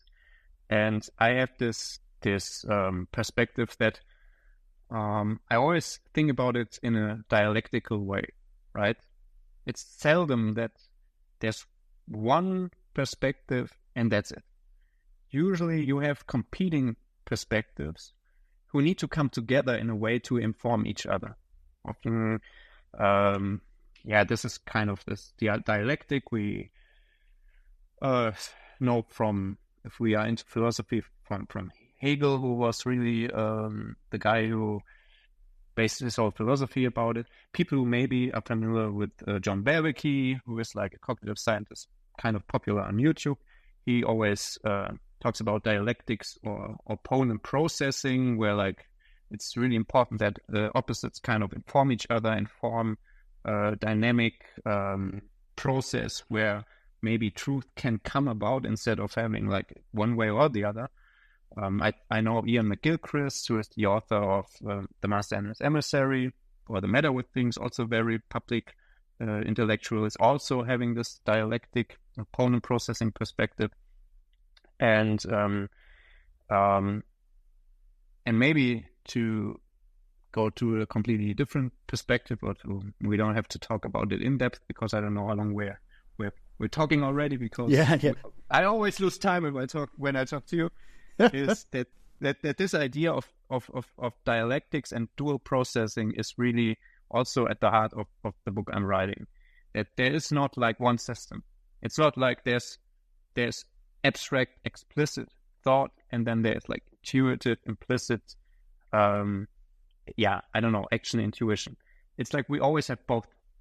It's like Ian McGilchrist points out, there's like this really weird phenomenon that in a perfectly symmetrical world, in a roughly symmetrical body, our brains are not symmetrical at all. The right hemisphere and the left hemisphere have completely different characters to it, and that's what he studies in his book. Also, some people might have read the book Thinking Fast and Thinking Slow by Daniel Kahneman, where he talks about this dual processing, where we have like the system 1 and system 2, where one system is like always trying to have this implicit intuitive sense of something, and then he talks about how this intuitive sense is oftentimes wrong, and then how we can use reason and logic, which is the other system, to inform this. So whereas McGilchrist is more like pro right hemisphere, I would say that Kahneman is more like left hemisphere. But the idea is, it doesn't really matter, because all these people agree on the fact that we have at least 2 different perspectives on the world, even on a neurological and psychological level. And what I want to talk about in my book is, I always talked about intuition, and I think it's very, very, very important. And I think the ecological dynamics guys pick that up. I think they also focus on this aspect. But there's always also this second layer where we start to orient ourselves anew and to think about things. And to maybe link that into practice, I think about it like this. If we engage in a match or in sparring or in rolling, there are many things going on subconsciously and intuitively, if you're good, right? If you're good. And you just do and you flow. But then there are always these short moments of decisions where you like feel disoriented. In one moment you were just flowing. You were in an environment or in a situation you knew you could. You didn't have to think, but then there happened something unexpectedly, and then kind of thought, or at least explicitly, something pops up in your mind, and then you make a decision, oftentimes because of a certain kind of heuristic, a rule of thumb, and you change course. And that's how I think about the role of intuition and of explicit thoughts or rules. It's like there's always this idea of reorienting yourself. If you know where you are, you don't need a map, right? You can walk now to your gym, no map needed. But if you feel lost, if you feel like the need to orient yourself because you have an experience you don't really can match to any experience before, then you are in the need of having some way to orient yourself anyways.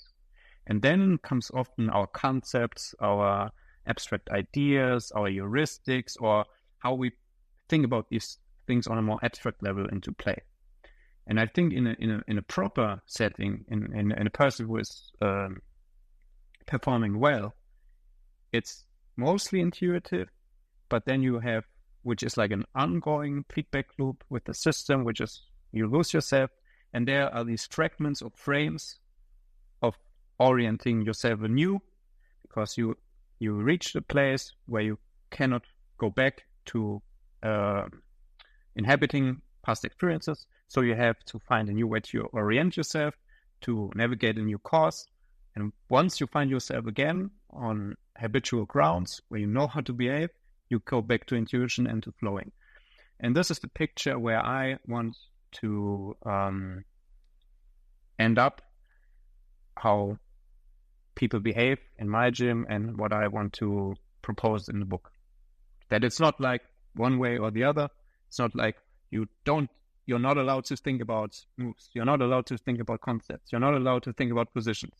And also not like, oh yeah, you have to understand everything and you have to be well informed. No.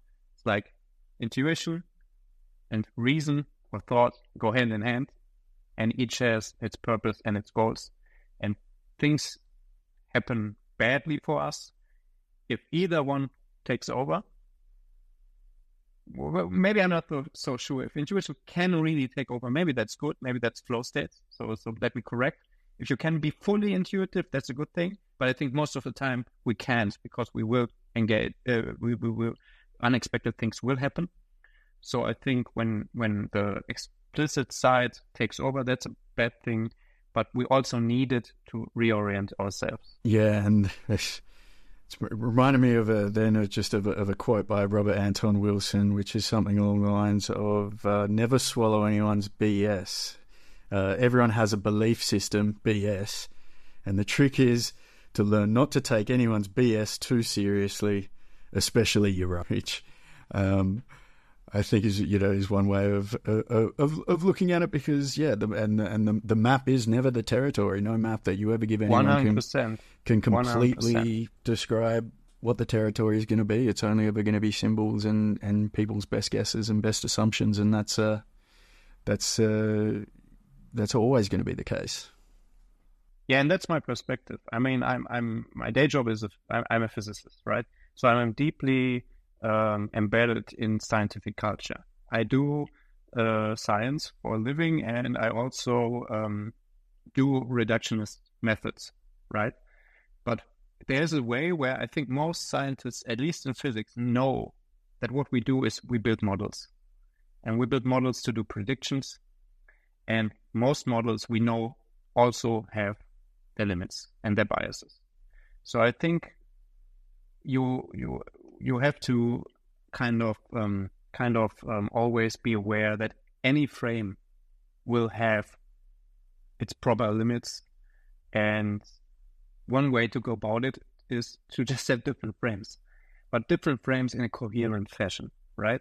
You cannot be like a split personality where you think one jump from A to B, but the idea is that's the whole idea of upon processing of dialectics, to have different views coming together in a beneficial way which informs each other to make more out of it.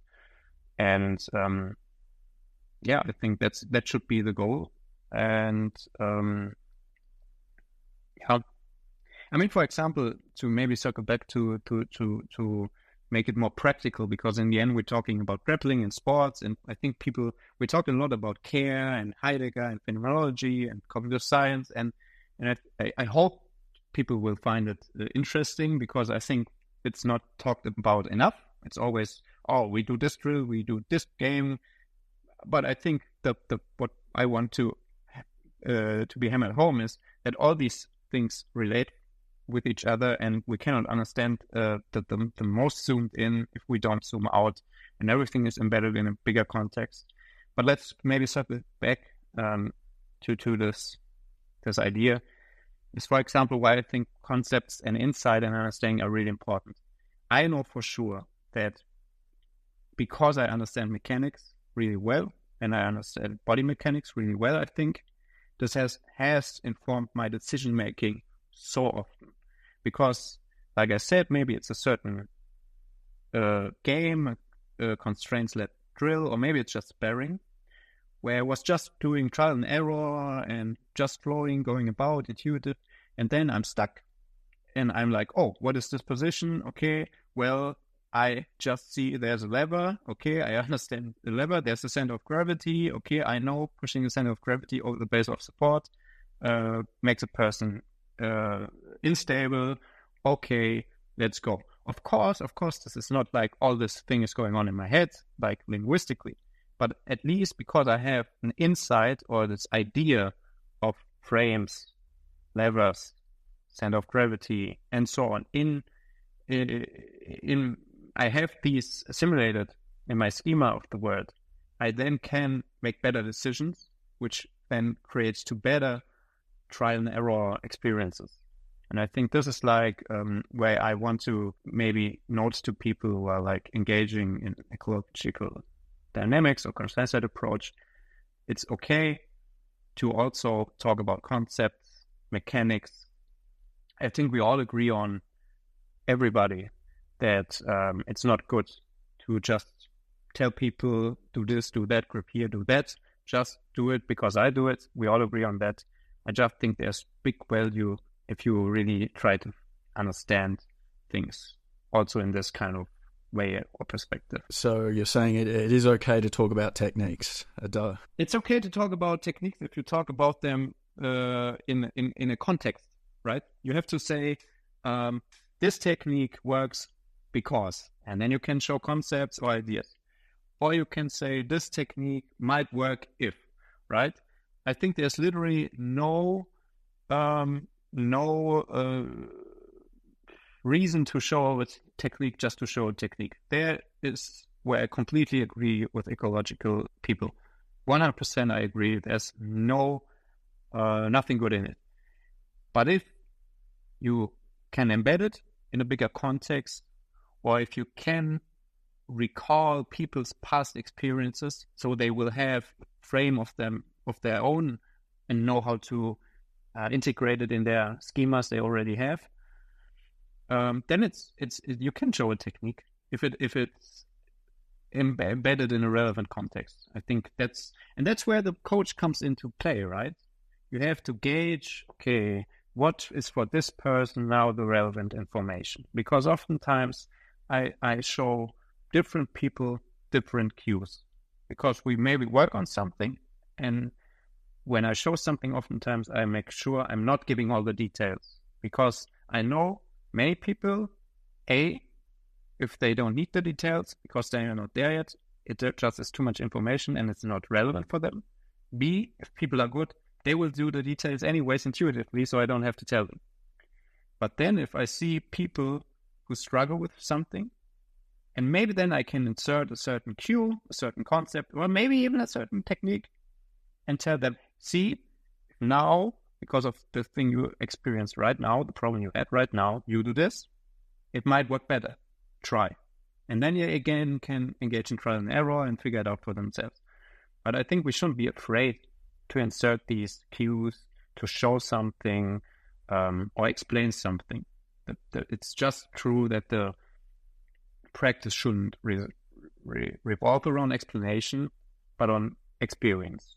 That's where I agree. Yeah, I had the opportunity to have a conversation about this with John Danaher, and his view on it was basically, why would we throw away decades of knowledge, of gaining knowledge and understanding just on a whim? And I kind of tend to agree with him on that, where there's the right place and the right time to give people certain cues and certain information, and on particular cues people will pick up different things from, but it certainly seems that to throw away all the built up knowledge over the years seems to be a bit of a waste. You 100% agree, because I think one critique on ecological dynamics is, again, I think it's focuses on the perspective of the, let's say, the vanilla animal. But humans have more than most animals. I think we would all agree. And one of this more is culture or linguistics or abstract thought and all these things. And the thing is, it's this part of our reality. The moment we come into being, the moment we are born in a cultural environment. And there are symbols everywhere, right? There are like norms, customs, and language. Everything, all these things shape our perception, shape our learning, and so on. This also goes back to the idea of cultural historical action theory by Vygotsky. He was a Russian guy studying basically behavior or learning, and he observed that and criticized Piaget, who also studied child development, that the child is never a detached observer or like an experimental physicist watching and trying to figure things out. No, it's always embedded in a social and cultural environment. The child is always looking, what do people do? How do people react to what I do? Is mom smiling? Is mom looking angry? Right? It's always embedded. But this feedback is also again because people have skills that form the culture over time. And I think this is also true for techniques. There's a reason certain techniques have evolved. And I think it's fine to make use of these techniques. I think it's okay to make use of these moves if we can still appreciate that there was a process that was needed to make and this process made it so that these were a great solution. And once we forget the context of how these things came about, then we have a problem. If we just study form, like kata in judo or in karate, and we just study form for the sake of studying the form, then we have a big problem. But if we have an ongoing practice where we engage in problems and we engage in a practice and we can see that the solutions people before us have found are still relevant, they are still working, and we kind of have always this contact with tradition, but also with still always checking if it still works, because things change, right? There's always a meta game, and things that might have worked yesterday might not work tomorrow, but oftentimes they still work. And I think I agree with Dana that then there's also no reason to not speed up the learning progress in observing what worked for others or what worked before, if we still check if it still works. Yeah, and that's actually, I guess, in terms of like, going too deep on the self-improvement side of things, and turning, getting weird in that area is a good benefit of competition in kind of, it keeps what you're doing real, keeps it attached to reality no matter what. Of course, Jiu-Jitsu has that just with sparring every day. But certainly kind of even an amateur local competitions kind of keeps what you're doing grounded in at least some form of combat or martial arts sense, any kind of way you slice it. Yeah. I mean, in the end, it comes down to form follows function, right? I mean, yes, of course, every form has or should have a reason why it emerged. Every technique, if we do it in a sport which is competitive, at some point had a function behind it. And I think it's wrong to just practice the form, but I also think it's right to see that many forms will reemerge again and again and again, because that's the way this function is just expressed in the best or most broad way, right? I mean, single leg, double leg, I don't know, hip throws, doesn't matter. You can say, oh no, there's only the practice, there's only the function, and there is no hip throw. You can say that, okay, it's fine.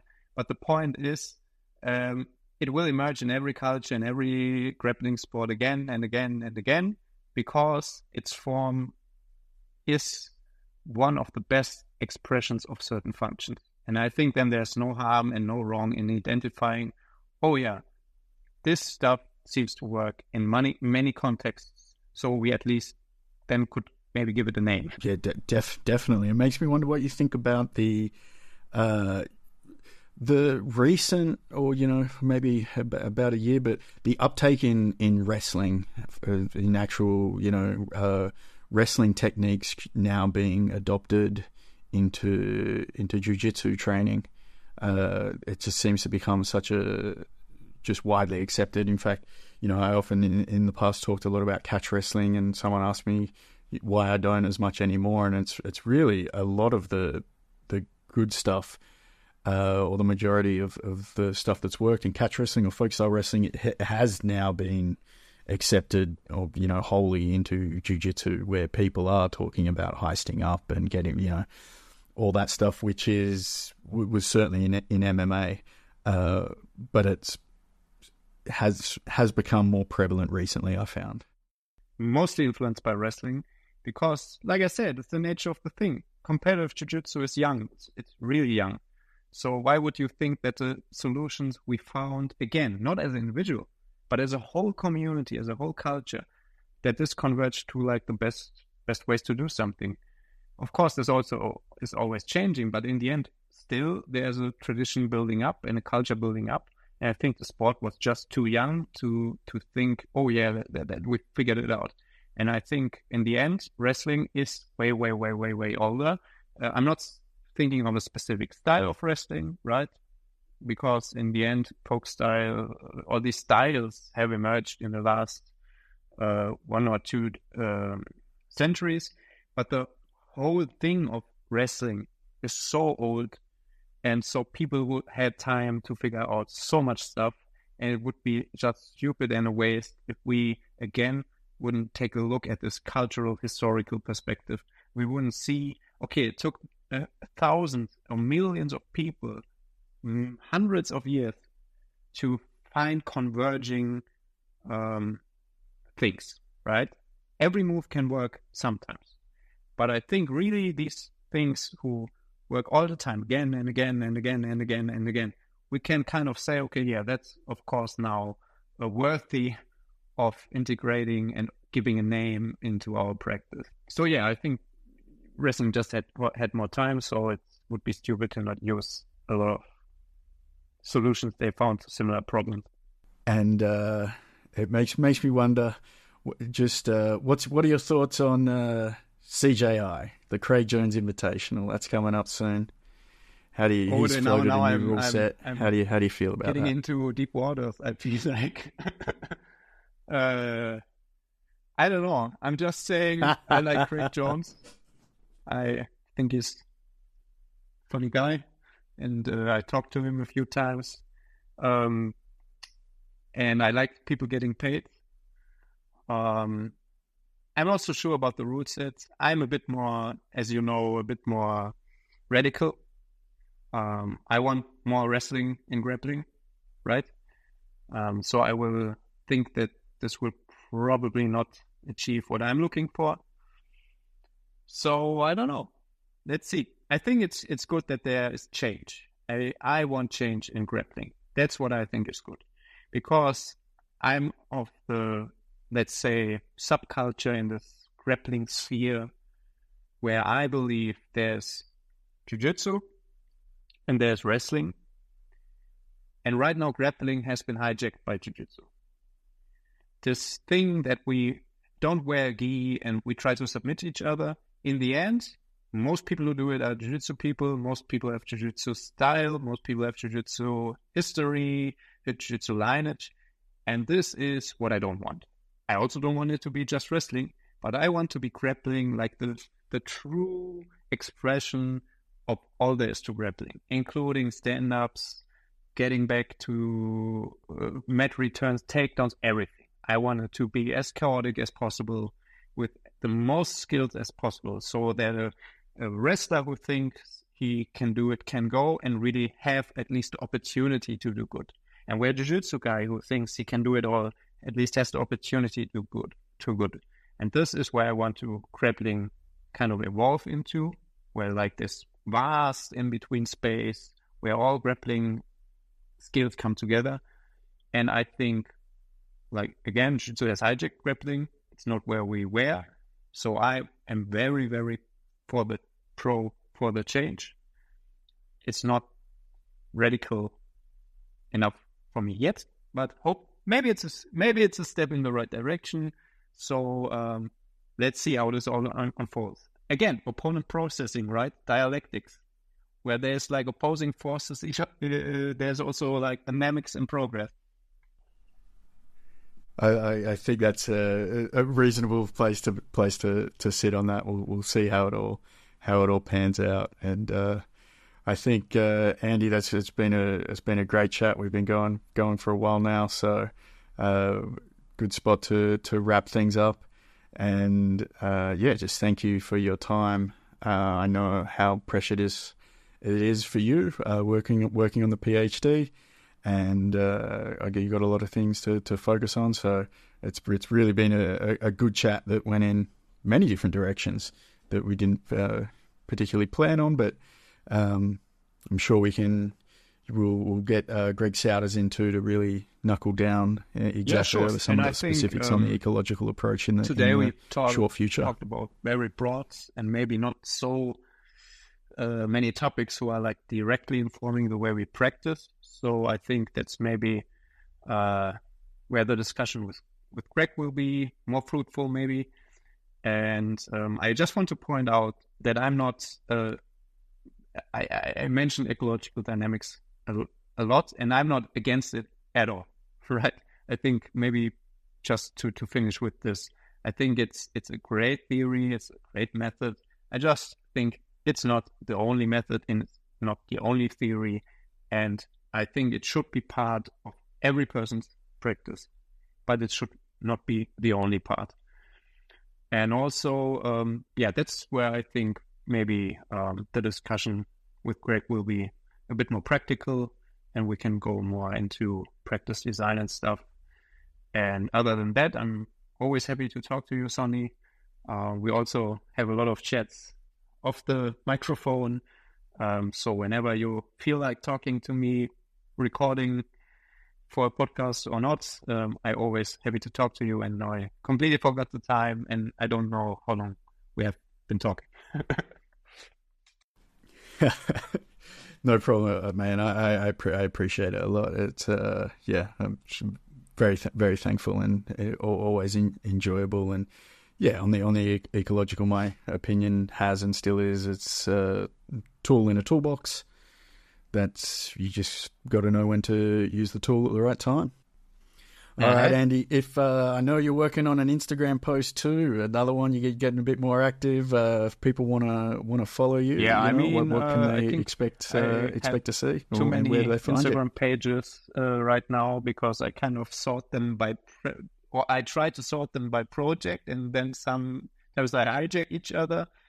So I think the best way to find my ideas is School of Grappling at Instagram. It's my page with the most followers. Then I have another page which is called Embodied Grappling, where the focus is mostly right now in stories about my whole idea about how we best learn grappling. And as the name suggests, it's focused on embodied cognition and how this can inform our practice and how we learn. And then I also have this very small site. I'm not that active right now, which is called Grappling with the World, where I really go more into depth about philosophical or existential ideas like Care and Heidegger, like we did today. And I think these are like the three main pages. I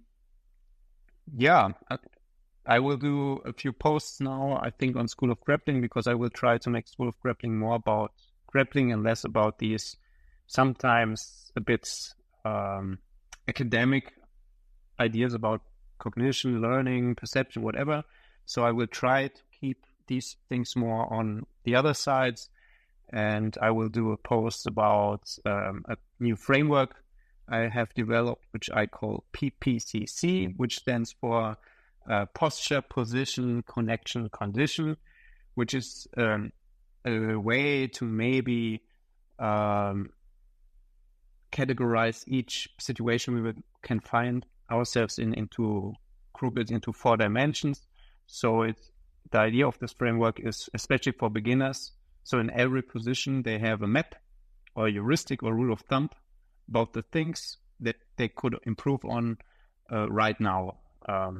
But maybe, probably the post will be out when this podcast comes out, so people can just read about it. Awesome, Andy. I love it. Well, thank you again so much for your time. Yeah. And thanks again. We'll do it again in the very short future. The next time, I guess. Thanks, mate. Cheers. You have been listening to the Sonny Brown Breakdown. Until next time, you can visit sonnybrown.net to find out more ways to break it down.